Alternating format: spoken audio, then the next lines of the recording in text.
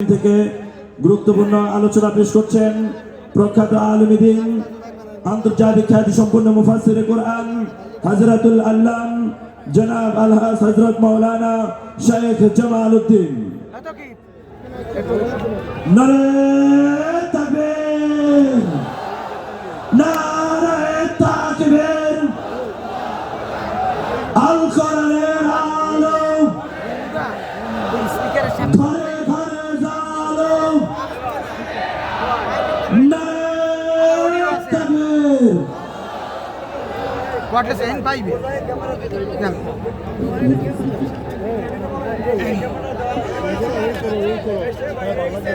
সম্মানিত সুধী, আসসালামু আলাইকুম ওয়া রাহমাতুল্লাহি ওয়া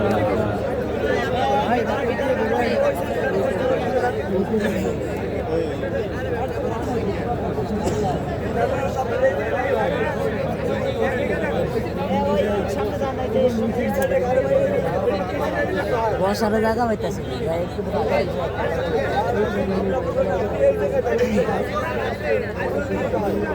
আমি লাস্টে অনেক ভালো কিছু পেয়েছি।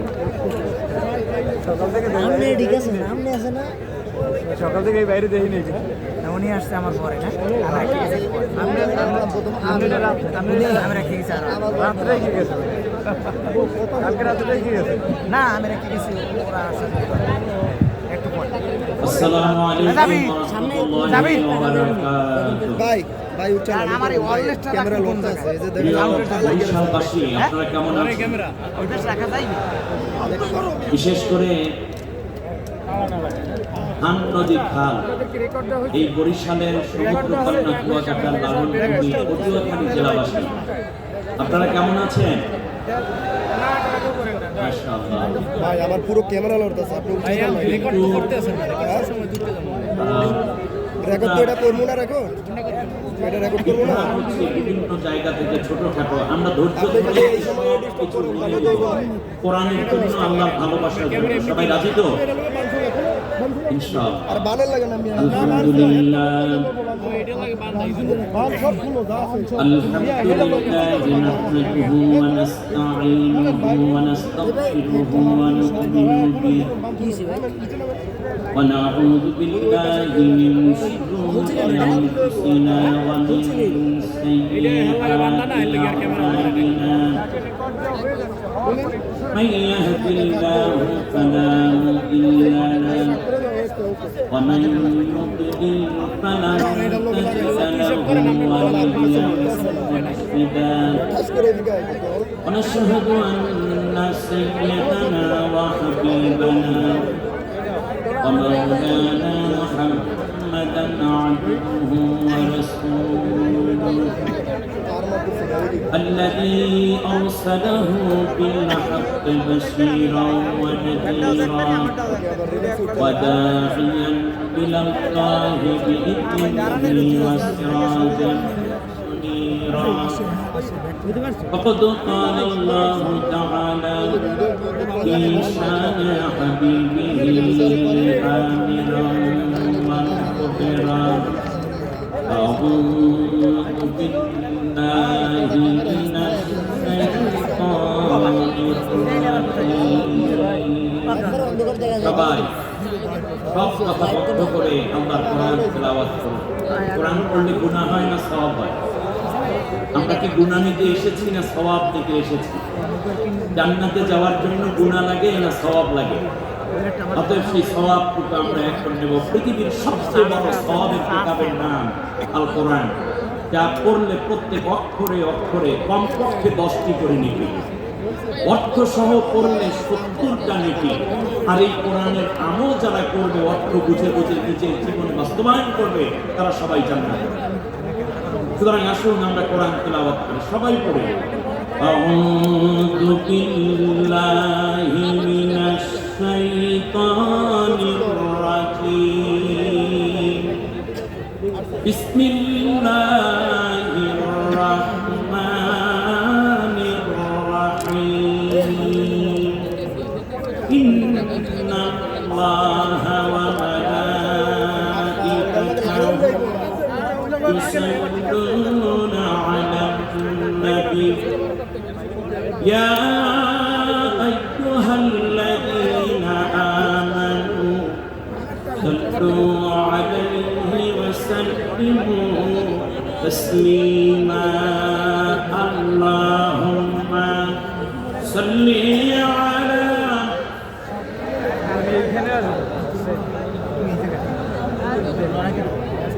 وعلى آل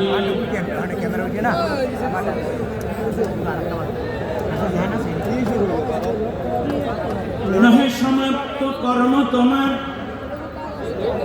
নহে সমাপ্ত কর্ম তোমার, অবসর কথা বিশ্রামের উজ্জ্বল হয়ে ফোটেনি তো আজিও সুবিমল জ্যোতি ইসলামের বালাবাল উলা বিকামালিহি কশাফত তুজা বিকামালিহি حسنت جميع خصاله صلوا عليه وآله বাংলাদেশের সবচেয়ে গর্বের বিভাগ, এই বিভাগের সাথে ভারতের কোনো সীমান্ত জড়িত নাই। তার নাম খান নদী খালে পূর্ণ এই বরিশাল। মনে হয় স্বাধীন বাংলার মধ্যে আরেক স্বাধীনতার লালন ভূমি এই বরিশাল। বরিশালের গুরুত্বপূর্ণ এবং সবচেয়ে সম্ভাবনাময় জনপদ পটুয়াখালী সমুদ্রকন্যা কুয়াকাটার লালন ভূমি হিসাবে অপার সম্ভাবনার এই পটুয়াখালীতে পটুয়াখালী ওয়েলফেয়ার ফাউন্ডেশন কর্তৃক আয়োজিত বাংলাদেশের সর্ববৃহৎ বিশেষ করে পটুয়াখালী জেলা এবং বরিশাল বিভাগে স্মরণকালের সবচেয়ে আকর্ষণীয় এবং মমিন বান্দা বান্দীদের উপস্থিতিতে ধন্য আজকের এই ঐতিহাসিক তাফসীরুল কোরআন মাহফিল। সম্মানিত প্রধান অতিথি, বিশ্বনন্দিত ইসলামী চিন্তাবিদ, বাংলাদেশের রত্ন হযরতুল আল্লামা ডক্টর মিজানুর রহমান আল আজহারি আজকের এই বিশাল জনস্রোতে কোরআনের মাহফিলে সভাপতিত্ব করছেন বিশিষ্ট আইনজীবী, গণমানুষের নেতা, আল্লাহর জমিনে আল্লাহর দ্বীন প্রতিষ্ঠার অতন্ত্র প্রহরী জনাব অ্যাডভোকেট মোহাম্মদ নাসরুল আহসান সাহেব। কোরআনের জন্য আল্লাহ থেকে সুস্থতা এবং দীর্ঘমেয়াদ হায়াত দান করুন। আয়োজিত এই মাহফিলে গুরুত্বপূর্ণ কথা রাখবেন বাংলাদেশের মাটি ও মানুষের পরীক্ষিত নেতা, সফল ছাত্র নেতা, বাংলাদেশের তাওহীদি জনতার হৃদয়ের স্পন্দন, বিশেষ করে যুব সমাজের আইডল, এই পটুয়াখালীর কৃতি সন্তান বাউফলে, যারা বাউফল থেকে এসেছেন আমার চোখের সামনে একটু ব্যক্তিটা হাত তুলে উঁচু করেন তো প্লিজ। ভাই আপনাদের কপাল, তার কারণ গোটা বাংলাদেশকে সোনার বাংলা পরিণত করার জন্য একজন লিডারের খুব দরকার ছিল। সেই লিডারকে আল্লাহ তাআলা এই বাউফলের জমিনে আল্লাহ তাআলা দান করেছেন। একদিকে আল্লাহর কোরআন বোঝার জন্য সর্বোচ্চ ডিগ্রি মাদ্রাসা লাইনে অনার্স মাস্টার্স সহ পিএইচডি হোল্ডার, বাংলাদেশটাকে পুরোপুরি গুছিয়ে রেখে আল্লাহর জমিনে, এই জমিনে আল্লাহর কোরআনের রাজ কায়েমের জন্য, ইনসাফ কায়েমের জন্য, মানবাধিকার প্রতিষ্ঠার জন্য, দেশ প্রেমের অপরাধে বাংলাদেশের সবচেয়ে বেশি নির্যাতিত হয়েছে স্বৈর শাসক কর্তৃক ভারতের দালাল সরকার দ্বারা, যিনি ৬৩ দিন রিমান্ড দিয়েছে, কয়েকবার ক্রস ফায়ার দিয়ে জীবন মৃত্যুর সম্মুখীন করে জীবন থেকে জীবনী শক্তি বের করে দেওয়ার পরেও জিন্দা শহীদ হিসাবে আল্লাহ তাআলা বাংলাদেশের মানুষকে এক অনন্য নিয়ামত দিয়েছেন। যেই নিয়ামতকে আল্লাহ দান করেছেন বাউফলের মাটিতে, তার নাম ডক্টর শফিকুল ইসলাম মাসউদ।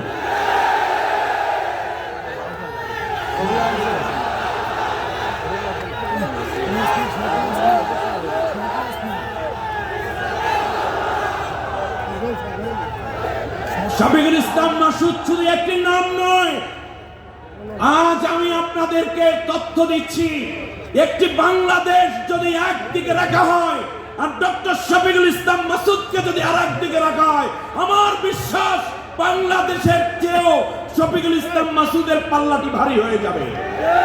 তার কারণে বাংলাদেশকে ভালোবেসে তিলে তিলে পুরে পুরে ক্ষয় হয়ে হয়ে একদিকে দেশপ্রেমিক আর একদিকে ইসলামের অনন্য একমাত্র মুজাহিদ হিসাবে দুই দিকে পরীক্ষিত এক নেতা, এই বাউপালবাসীকে এই জন্য আরেকবার ধন্যবাদ। আপনারা এত বড় নেতা পেয়েছেন। আমার মনে হয় সামনে যখনই সুযোগ আসবে দেশ এবং জাতির পরিচয় নেতৃত্ব বাছাইয়ের জন্য, তখন বই গোটা জাতি একদিকে তাকিয়ে থাকবে বাংলাদেশের দিকে, আর গোটা জাতি আর একদিকে তাকাবে শুধু বাউফলের দিকে। আজ এই পটুয়াখালীর জনসমুদ্র বিশাল মাহফিলের শুধুমাত্র পটুয়াখালীতে নেই, এটা গোটা বিশ্বে আজ ছড়িয়ে গেছে। মিডিয়া প্রচার করছে, পত্রিকা প্রচার করছে। আল্লাহ রাব্বুল আলামিন এই বিশাল মাহফিলের সম্মানিত প্রধান অতিথি আমাদের প্রিয় ভাই, আজ যুব সমাজ যেদিকে বিজয় যাবে সেদিকে, ঠিক কিনা বলেন? এই যুবকের রাহবার সেনাপতি হচ্ছেন ডক্টর শফিকুল ইসলাম মাসুদ। মুরব্বীদের দোয়া আর যুবকদের ভালোবাসা নিয়ে আমরা এই ডক্টর শফিকুল ইসলাম মাসুদ ভাইয়ের মতো যারা আছেন, আগামী দিনে আমরা তাদেরকে নেতৃত্ব দেওয়ার জায়গায় দেখতে চাই, তাহলে সোনার বাংলা কায়েম খুব সহজ হয়ে যাবে। আয়োজিত এই মাহফিলে চমৎকার কথা বলেছেন মাগরিবের আগে এবং পরে আমাদের মুরব্বী, ব্যক্তিগতভাবে আমার অত্যন্ত শ্রদ্ধার মানুষ, বাংলাদেশ জাতীয়তাবাদী দল বিএনপি অন্যতম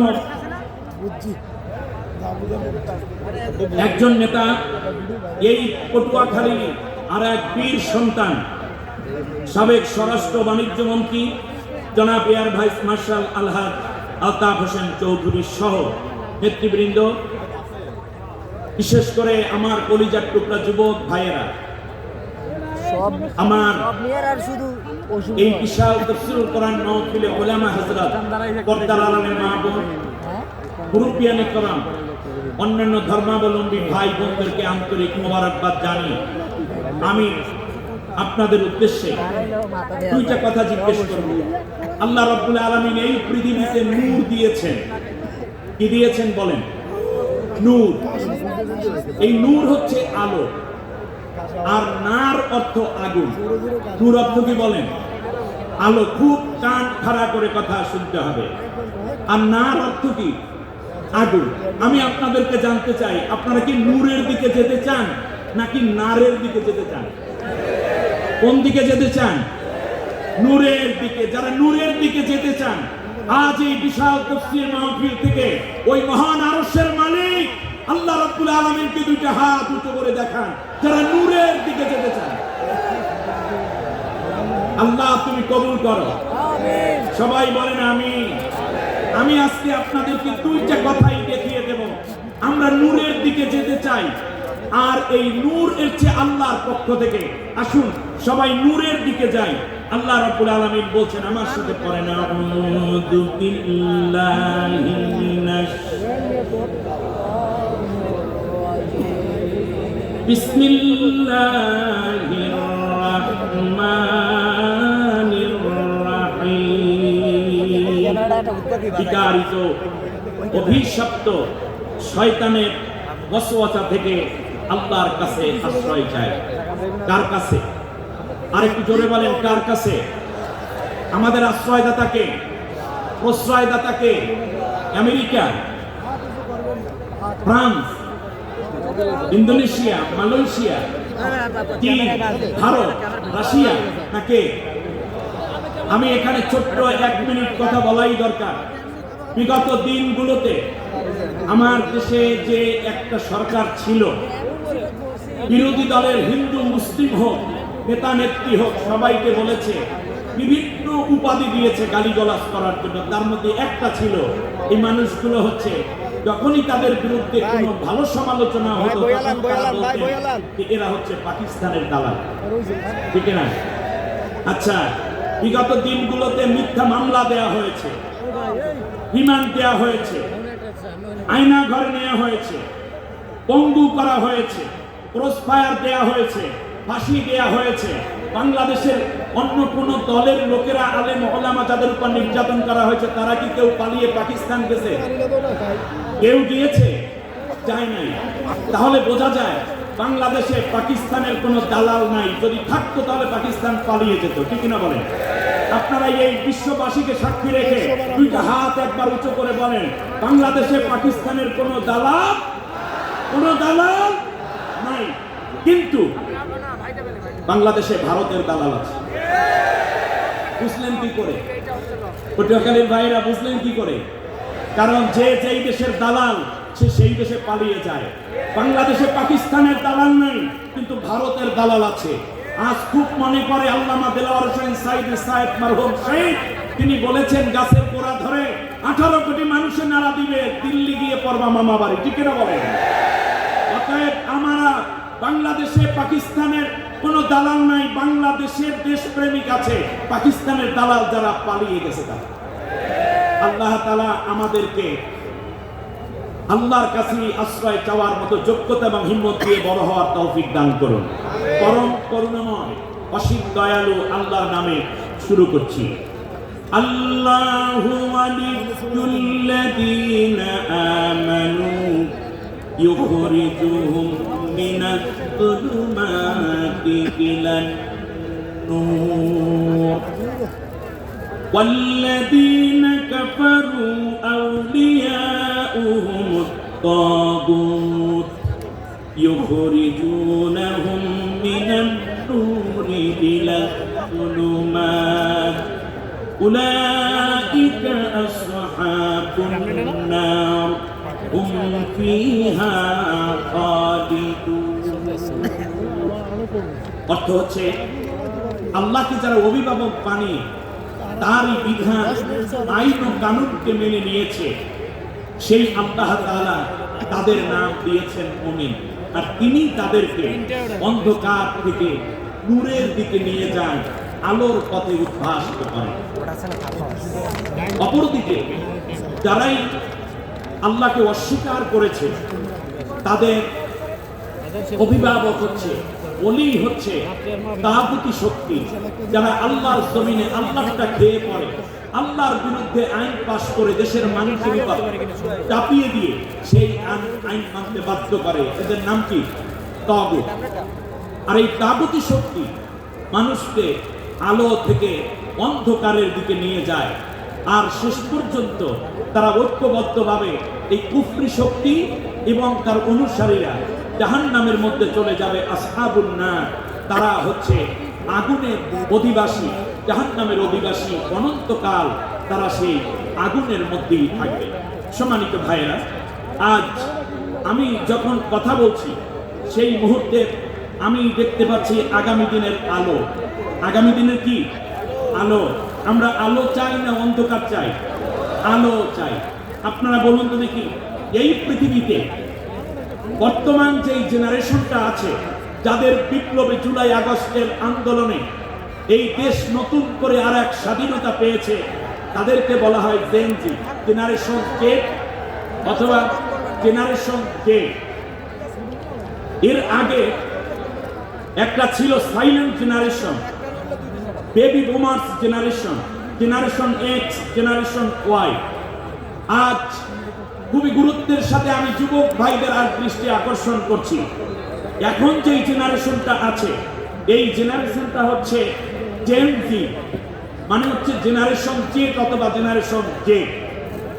এদের বর্তমান বয়স হচ্ছে 12 থেকে, মানে বর্তমানে তাদের বয়স হচ্ছে 25 থেকে 18 থেকে 25 বছর। 18 থেকে কি 25 বছর। প্রত্যেকটা জেনারেশন এক এক সময় এক একটি গাছকে খুব পছন্দ করে। বর্তমান জেনারেশনের যেই অবস্থা, তার আলোকে আমি আজকে কোরআনের এই আলোচনাটুকু শুরু করতে চাই। এক সময় ছিল খুব কান খাড়া করে শুরু, এক সময় ছিল মানুষেরা শুধু শুনতে অভ্যস্ত ছিল, দেখার বেশি প্রয়োজন বোধ করতো না। যেমন আগের দিনে যারা ওয়াজ করতেন পীর মাশায়েখরা এবং তাফসীর চালক, এমনকি আল্লামা দেলাওয়ার হোসেন সাইদি সাহেব, মুক্তিবাদী হাবিবুর রহমান সাহেব, এইরকম তারসিনা পীর সাহেব, দরমনের পীর সাহেব, মোকামিয়ার পীর সাহেব, জৈনপুর ফুরফুরার যারা ছিলেন, মানুষেরা শুনে শেষ হয়ে যেত। এখন কিন্তু বর্তমান জেনারেশন শুনতে শুধু অভ্যস্ত না, তারা দেখতেও চায়, ঠিক না বলেন? এই জন্য আবিষ্কার হয়েছে এলইডি, কত বড় বড় স্মার্ট বোর্ড দেওয়া হয়েছে। সুতরাং বর্তমান জেনারেশনের টার্গেট শুধু শোনা নয়, তারা দেখতেও চায় বিধায় বর্তমান ডিমান্ড পূরণের জন্য আগে বাটন ফোন ছিল, এখন হচ্ছে ভিডিও দেখতে চাই, ভিডিও হোয়াটসঅ্যাপ দেখতে চাই, কল দিয়ে মেসেঞ্জারে কল দাও, একটু দেখতে চাই। সুতরাং বুঝে রাখতে হবে যে আগের যে জেনারেশন যারা নেতৃত্ব দিচ্ছেন তাদের জন্য বলি, তারা যদি মনে করেন যে শুধুমাত্র কথা বলে এই জেনারেশনকে বুঝাইয়া নিজেদের আকাঙ্ক্ষা পূরণ করবেন, তা কোনোদিন সম্ভব হবে না। কারণ বর্তমান জেনারেশনের টার্গেটই হচ্ছে আমরা শুধু শুনতে চাই না, আমরা দেখতেও চাই। আপনি খেয়াল করুন, বিগত 18টা বছর একটা স্বৈর শাসক ছিল, 3 বছর ছিল তাদেরই দাবিতে একটি সরকার, তারপর 15 বছর। এই 18 বছর পর্যন্ত এই বিগত সরকার, আমি একবার উদাহরণ দিয়ে বলি, এই বিগত সরকার মুখে বলেছে উন্নয়ন, মুখে বলেছে ডিজিটাল, মুখে বলেছে স্মার্ট, মুখে বলেছে আমরা মধ্যম আয়, কিন্তু বাস্তবে আমার দেশে নতুন প্রজন্ম দেখেছে যে না, আমাদের মাথা পিছু ঋণ বেড়ে গেছে 1,13,765 টাকা। এখানে যাদেরকে রাজাকার বলা হয়েছে তারা মূলত দেশপ্রেমিক, তার কারণ নির্দোষ মানুষকে ধরে ধরে হত্যা করা হচ্ছে। তারপরে তাদেরকে জঙ্গি নাটক সাজানো হয়েছে। আমার জেনারেশন দেখছে আসলে তো তারা এরকম না, এখন ওনারা ঘুষ, দুর্নীতি, মাদক, বেহায়া, বেপর্দা, জেনা, ধর্ষণের পাশাপাশি কত অন্যায় করছে। আমার জাতির লোকেরা টেলিভিশনে শুনছে একটা আর তারা দেখতে পাচ্ছে একটা।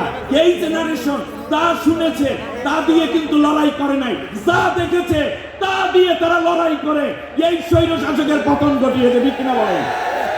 সেজন্য আমি খুব সাবধানে একটা কথা বলি, চেতন পটুয়াখালীর ছেলে, এজন্য বলি শুনুন, শুধুমাত্র কথা দিয়া যদি আপনারা এই জেনারেশনকে ধোকায় ফেলতে চান, পারবেন না। তার কারণে এই জেনারেশন বুঝিয়ে দিয়েছে যে আমরা শুধুমাত্র শুনতে চাই না, আমরা দেখতে চাই তোমরা কি করো। প্রিয় ভাইয়েরা, এই জেনারেশনের উদ্দেশ্যে জেনজিদের জন্য আমার ছোট্ট একটা পরামর্শ, গল্প দিয়ে শেষ করতে হবে। এটা হচ্ছে 15 বন্ধু কুয়াকাটা আসছে ঘুরতে এসে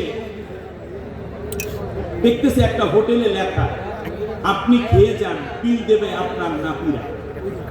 বিল দেবে কারা? তো পোলাপাইন মানুষ ভালো হয়, দোস্ত জিনিস একটা পেয়েছি। এর মতো হোটেলের নাম হোটেল ফুর্তি। হোটেলের নাম কি? হোটেল 10 বন্ধু খেয়েছে, মাছ খেয়েছে 18 আইটেমের, ভর্তা খেয়েছে, গোস্ত খেয়েছে, এরপরে পানীয়, কোমল পানীয় এটাও খেয়েছে। বলে তার শেষে তো ফিন্নি আছে, বলে ফিন্নিও দাও, বরিশালের ফিন্নি দেয়নি। খাইয়া টাইয়া যখন রওনা করেছে তখন দারোয়ান সামনে ধরে জিজ্ঞেস করছে যান কোথায়? ম্যানেজারের সাথে দেখা করে যান। বললো যে কেন? ম্যানেজারের কাছে গিয়ে বললো যে ভাই, ওখানে লেখা আছে আপনি খেয়ে যান, বিল দেবে আপনার নাতিরা। ওনারা চিন্তা করছে ছাত্র মানুষ, বিয়েই করি নাই, বাচ্চা হবে, ছেলে হবে, সেই ঘরে আবার সন্তান হবে, তারা বিল দেবে, আমরা একটু খেয়ে নিই ভালো করে। তখন ম্যানেজার বললো যে আপনার নাতি বিল দেবে আপনারটা, আপনার বিল তো চাইনি, আপনার দাদাই যে খেয়ে গেছে সেই বিলটা দিয়ে যান। সুতরাং জেনজি যারা বিভিন্ন খাওন দাওন কিন্তু আসতেছে তোমাদের কাছে, তোমরা মনে করবে না এটা খেয়ে কেউ যদি ওই খাওন খাও আগের মতো তাহলে কিন্তু আটকে যাবে। একজনে জিজ্ঞেস করে আমার দাদাই কত খেয়েছিল, বলে মাত্র 1,53,799 টাকা। মাথায় হাত দিয়ে বেহুশ হয়ে পড়ে গেছে। অতএব এর আগে যারা খেয়েছে জনমের মতো তারা সব পালিয়েছে। আমি আমার জেনজি ভাই বোনদেরকে বলবো, তোমরা এমন একটি দুনিয়া কায়েম করো, একটি রাষ্ট্র কায়েম করো যেই নূর আল্লাহ তাআলা পাঠিয়েছেন, এই কথাটা আমি বলতে চাই কারণ আমরা উন্নত হতে চাই। আল্লাহ রাব্বুল আলামিন নূর, আল্লাহু নূরুস সামাওয়াতি ওয়াল আরদ। কোরআন নিয়ে আসছে যেই ফেরেশতা তিনি নূরের ফেরেশতা, নবীর কাছে আসছে। আল্লাহ রাব্বুল আলামিন বলেছেন, ইয়া আইয়ুহান নাস ক্বাদ জাআকুম বুরহানুম মির রাব্বিকুম ওয়া আনজালনা ইলাইকুম নূরাম মুবিনা। আমি নবীকেও নূর বানিয়েছি। এরপরে আল্লাহ তাআলা বলছেন, নূরিল্লাযী আনজালনা, আমি কোরআনকেও নূর বানিয়েছি। এই পাহাড়ের উপর কোরআন নাযিল হলো, এটাকেও আল্লাহর কুদরত হয়ে গেল, এটা জাবালে নূর। এরপরে আমাদের রূহগুলো ছিল আলামে আরহে, সেটাও নূর। জান্নাত কোন দিকে, নিচে না উপরে? আপনারা বলেন না, জান্নাত কোন দিকে? উপরের দিকে। সেই উপরে আমরা নূরের দিকে যেতে চাই, জান্নাতে যেতে চাই, ঠিক না? আল্লাহর নবী বলেছেন, যখন কোনো মানুষ ইন্তেকাল করে শুধু নেককার হয়, তার রূহটা নিয়ে যাওয়া হয় ইল্লিনে। আপনারা বলেন ইল্লিন কোন দিকে, নিচে না উপরে? উপরে। আর সিজ্জিন কোন দিকে? নিচের দিকে। আমার ভাইয়েরা, এরপরে আপনাদের কাছে জানতে চাই, নূর যা বলেন আলো সব উপরের দিকে। যদি এই জাতিকে উপরের দিকে উঠতে হয়, তাহলে আল্লাহ রাব্বুল আলামিন বলেছেন যে ওয়াতাসিবু বিহাবলিল্লাহি জামিয়া। ওই দেখাইয়া ওয়াজ করার কথা বলছি না, এই জন্য দেখেন এই একটা রশি আল্লাহ তাআলা বলছেন যে তোমরা, আমি আল্লাহ উপর থেকে একটা রশি দিলাম, এই রশিটাকে শক্ত করে ধরো, তাহলে তোমরা জান্নাতে চলে আসতে পারবে। সুবহানাল্লাহ বলে আল্লাহ তাআলা বলেছেন, আমি উপর থেকে নাজিল করেছি কোরআন। এই যে পানিটা নিচের দিকে ফেললাম, এই নিচে পড়াকে আরবিতে বলে নুজুল। তাহলে কোরআন কি হয়েছে? নাজিল হয়েছে। দেখাইয়া দিলাম, জেনজিরা দেখতে পছন্দ করে এই জন্য। এবারে আসেন, শুধু তাই না, এই যে এলইডি, এই যে লাইটগুলো জ্বালিয়েছেন, নিচের দিকে না উপরের দিকে? উপরের দিকে। চাঁদ কোন দিকে? উপরের দিকে। সূর্য কোথায়? উপরের দিকে। আপনারা কি আরো ডাউনে যেতে চান নাকি উপরের দিকে যেতে চান? আমরা কি আরো নিচের জাতি হব নাকি উন্নতময় জাতি হব? যদি হতে হয় তাহলে আল্লাহ বলছেন, সবাই মিলে আমার এই কোরআনের রশিটাকে ধরো। এই রশি ধরলে ব্যক্তি জীবনে, পারিবারিক জীবনে, রাজনৈতিক জীবনে, সামাজিক জীবনে স্বাধীনতার 54টা বছর হয়ে গেল, আজও পর্যন্ত মসজিদে একজোড়া জোতার নিরাপত্তা, কোন মন্ত্রীর জোতাও নিরাপদ না, ইমাম সাহেবের জোতাও নিরাপদ না। সুতরাং আমাদের বুঝ হয়ে গেছে, স্বাধীনতার 54 বছরে যেহেতু চুরি ঠেকানো যায় নাই, দুর্নীতি ঠেকানো যায় নাই, একটিবার একটা মাত্র সুযোগ নিতে হবে। যেই আলো উপর থেকে এসেছে, সেই আলো আমরা ধারণ করে আল্লাহর সন্তুষ্টি পেতে চাই। তার নাম কি? কোরআন।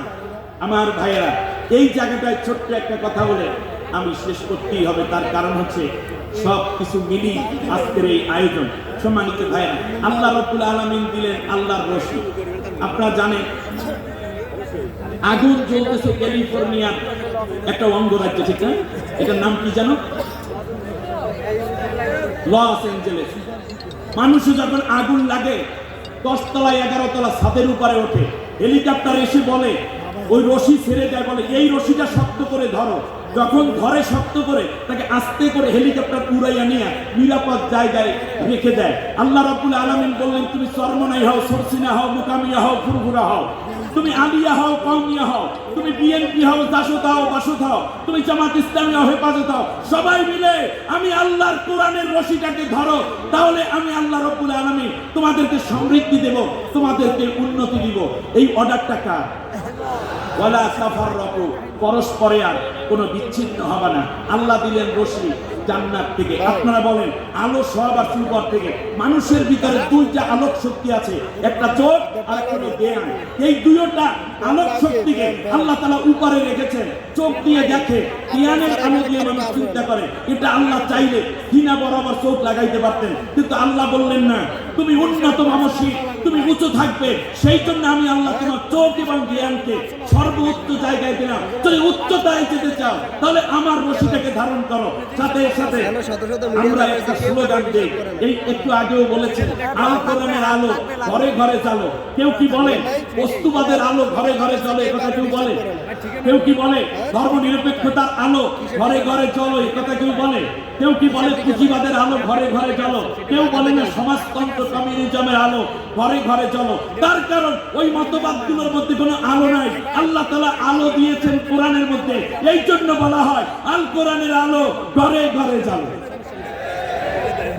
এবারে আমাদের একটি স্লোগান, ঘরে ঘরে তো চললো, খান খান খাই, খান খান খানকায় খানকায় চললো, মসজিদে মসজিদে চললো, মাদ্রাসায় মাদ্রাসায় চললো, কিন্তু দেশের চুরিও বন্ধ হয় নাই, দুর্নীতি বন্ধ হয় নাই, অর্থ পাচার মদ গাঁজা বন্ধ হয় নাই।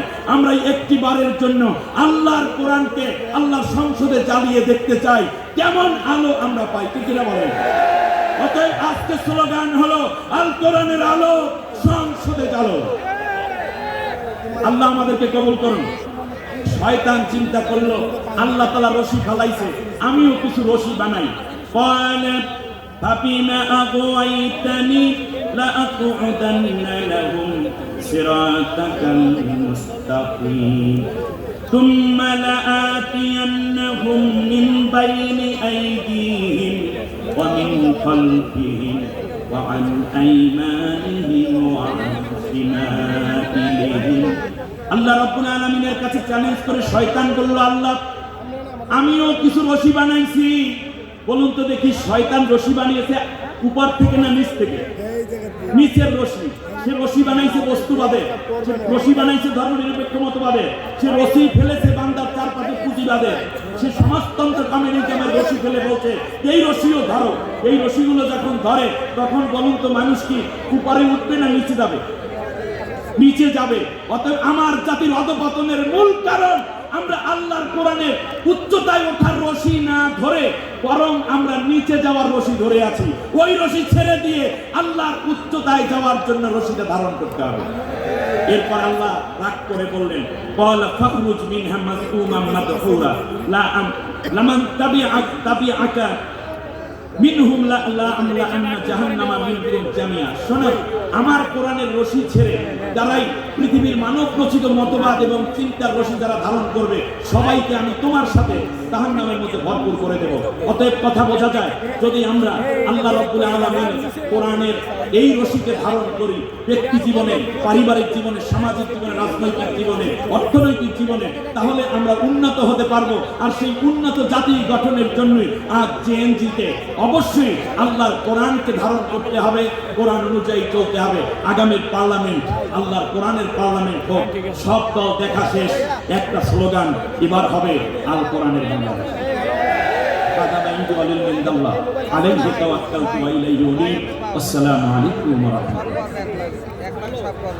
আলহামদুলিল্লাহ, ধন্যবাদ জানাচ্ছি প্রিয় মুহতারাম শেখ মোহাম্মদ জামালউদ্দিন হাফিজাহুল্লাহকে তার গুরুত্বপূর্ণ তাফসীর পেশ করার জন্য। আমরা সকলে আশা করি আমাদের ব্যক্তিগত জীবনে তার জ্ঞানগর্ভ আলোচনা থেকে আমল করে দুনিয়া ও পরকালীন জিন্দেগিতে সাফল্য লাভ করবো ইনশাআল্লাহ। আল্লাহ তাআলা মুহতারামের হায়াতের ভিতরে বারাকা দান করুন। সম্মানিত সুধী, এই পর্যায়ে প্রধান বক্তার বক্তব্য নিয়ে আসেন বাংলাদেশের লক্ষ কোটি ছাত্র তরুণের হৃদয়ের স্পন্দন, পটুয়াখালীর গর্ব, জাতীয় ছাত্রনেতা, জাতীয় সাবেক ছাত্রনেতা, পটুয়াখালীর কৃতি সন্তান জনাব ডক্টর শফিকুল ইসলাম মাসুদ। এই পর্যায়ে প্রধান বক্তার বক্তব্য নিয়ে আসেন জাতীয় সাবেক ছাত্রনেতা, পটুয়াখালীর গর্ব ডক্টর শফিকুল ইসলাম মাসুদ। নারায়ে তাকবীর, নারায়ে তাকবীর। আল কোরআনের আলো, আল হাদিসের আলো, নারায়ে তাকবীর।